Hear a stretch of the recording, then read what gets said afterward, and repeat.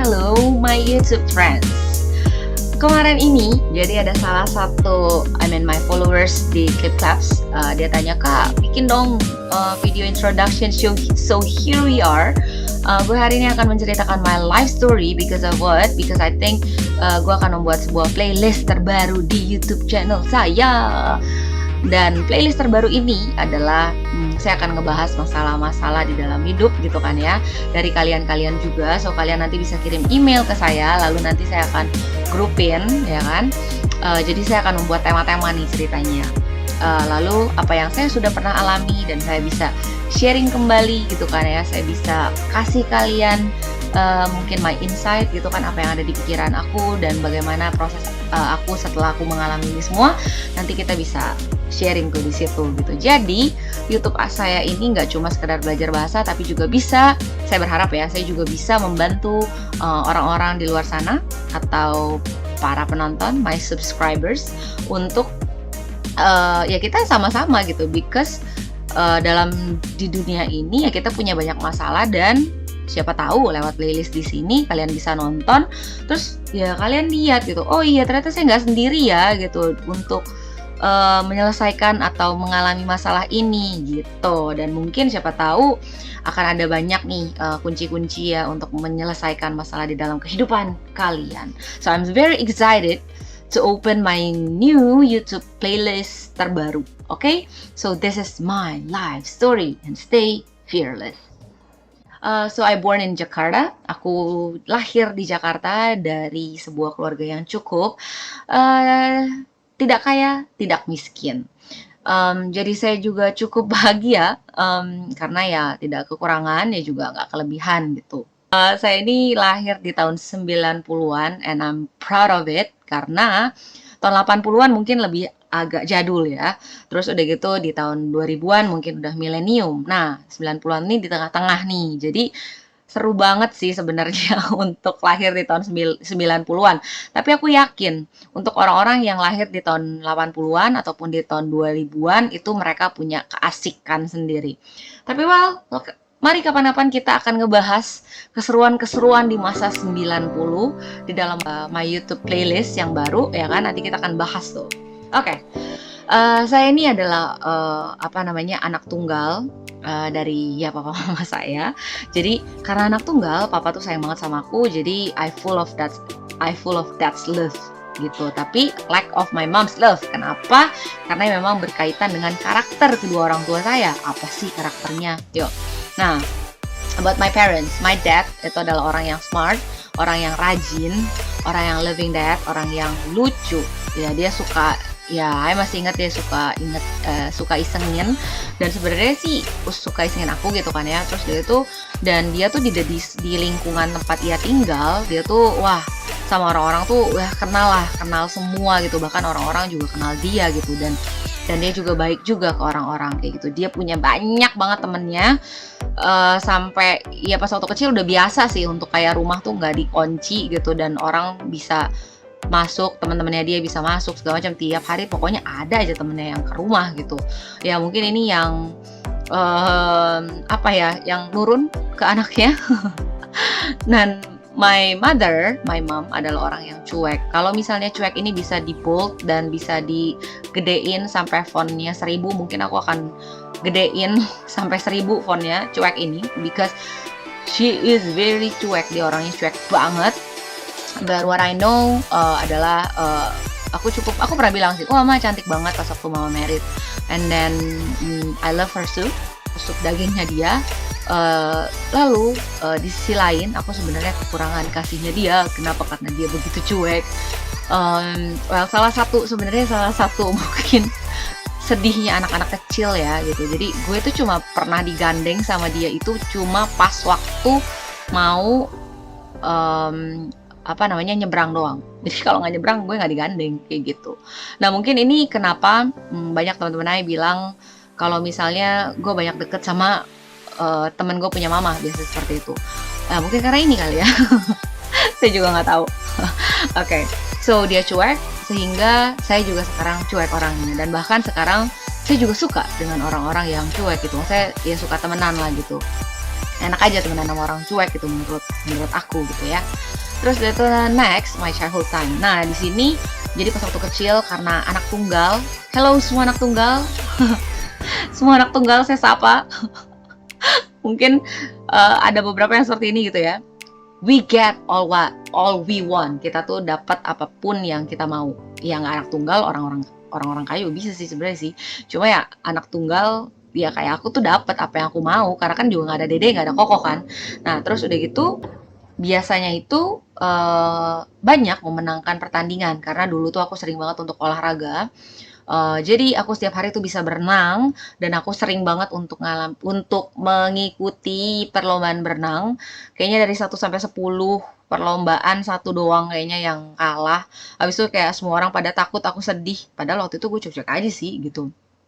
Terus udah gitu, tapi di sisi lain sebenarnya memang aku kurang suka kalah. Tapi ini mungkin nggak tahu ya, mungkin dari sisi game gitu. Jadi pernah pas waktu kayak kecil, apa namanya, ketika aku main game, terus udah gitu ketika aku main game, ya mungkin dari sisi game nggak suka kalah, terus udah gitu juga, apa namanya,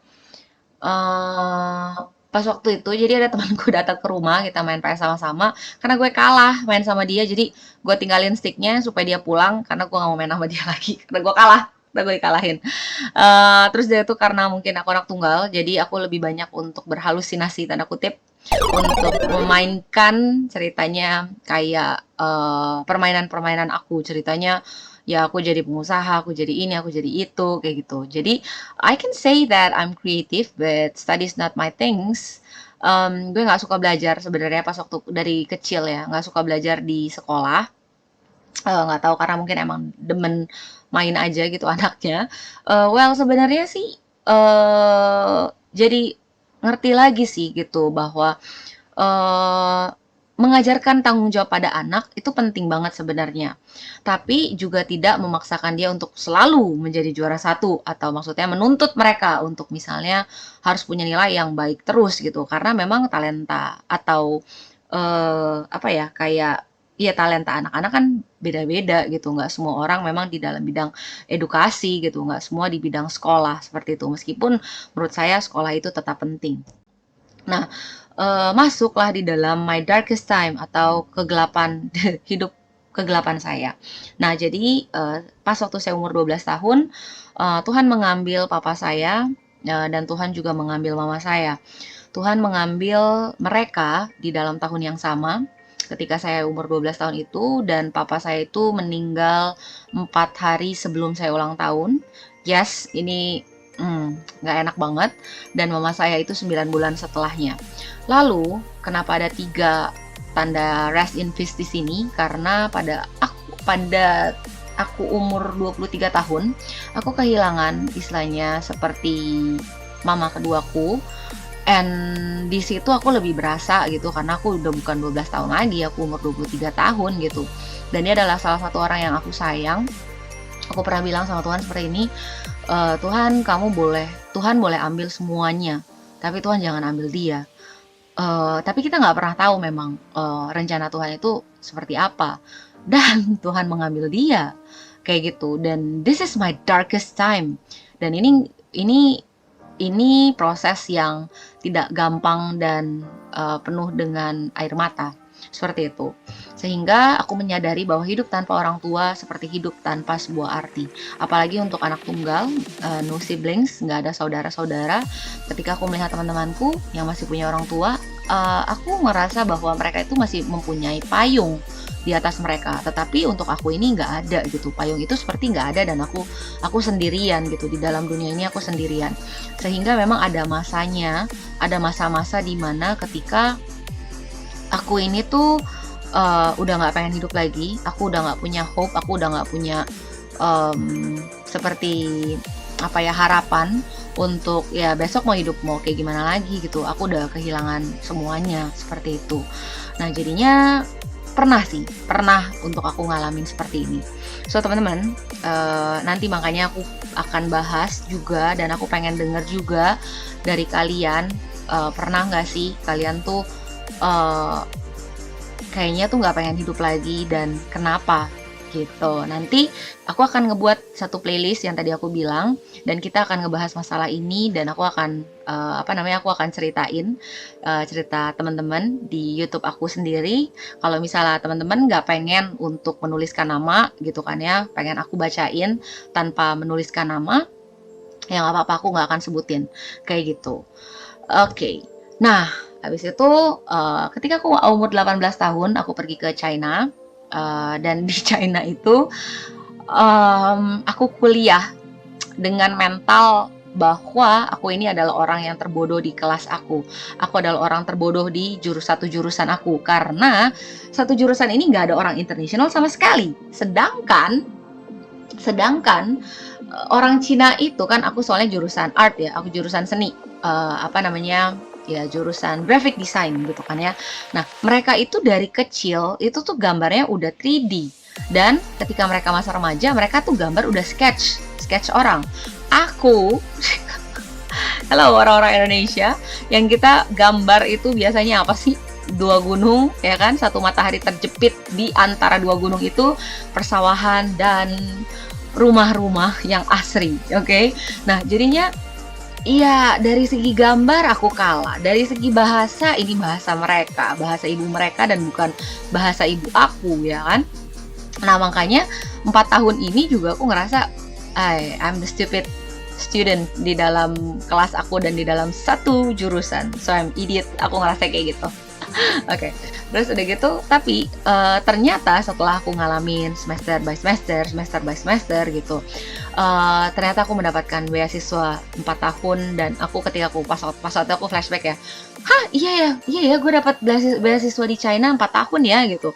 Dan buat aku sih, kalau sekarang aku mikir lagi, ini aneh banget gitu. Balik lagi yang tadi, dari segi bahasa aku kalah, dari segi ya istilahnya kayak gambar aku juga kalah gitu sama mereka.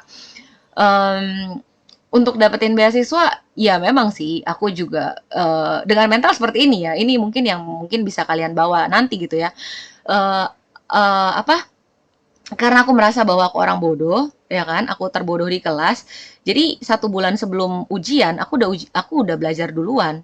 Jadi kalau misalnya kayak 9 bulan sebelum proyek itu jalan gitu kan, proyek terakhir aku, atau kan desainer tuh sebelum terakhir tuh ada proyek akhir kan.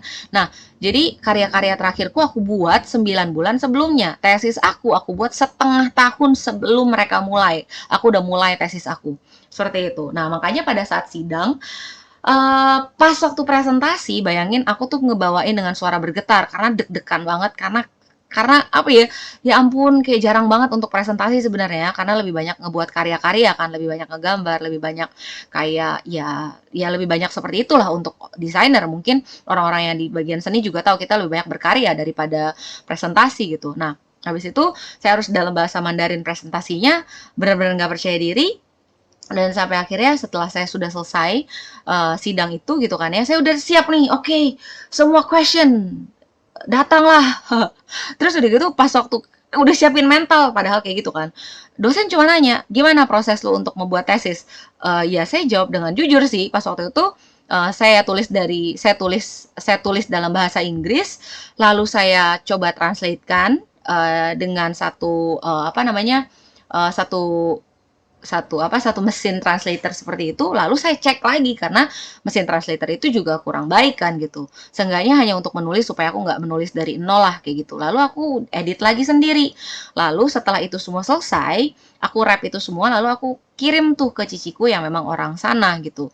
Karena kan takut ada grammar atau takut ada kata-kata yang mungkin kurang tepat seperti itu. Nah, akhirnya dosen nggak nanya-nanya apa-apa lagi, lalu dosen memuji saya di sidang tersebut gitu.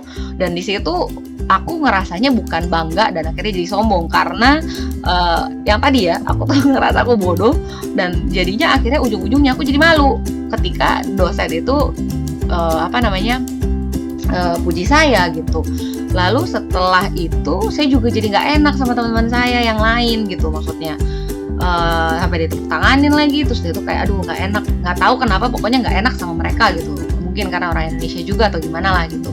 Nah, ini adalah foto teman-teman di jurusan saya. Kalau nggak ada mereka mungkin ya mungkin saya nggak lulus kali ya tanpa bantuan mereka juga kayak gitu. Oke.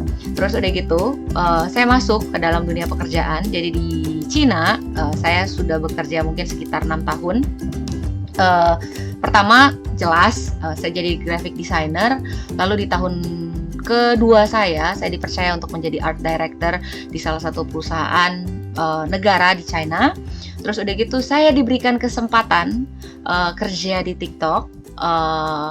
Ya nanti saya juga bisa share kalau misalnya kalian mau nanya-nanya. Dan terakhir di sini saya mulai untuk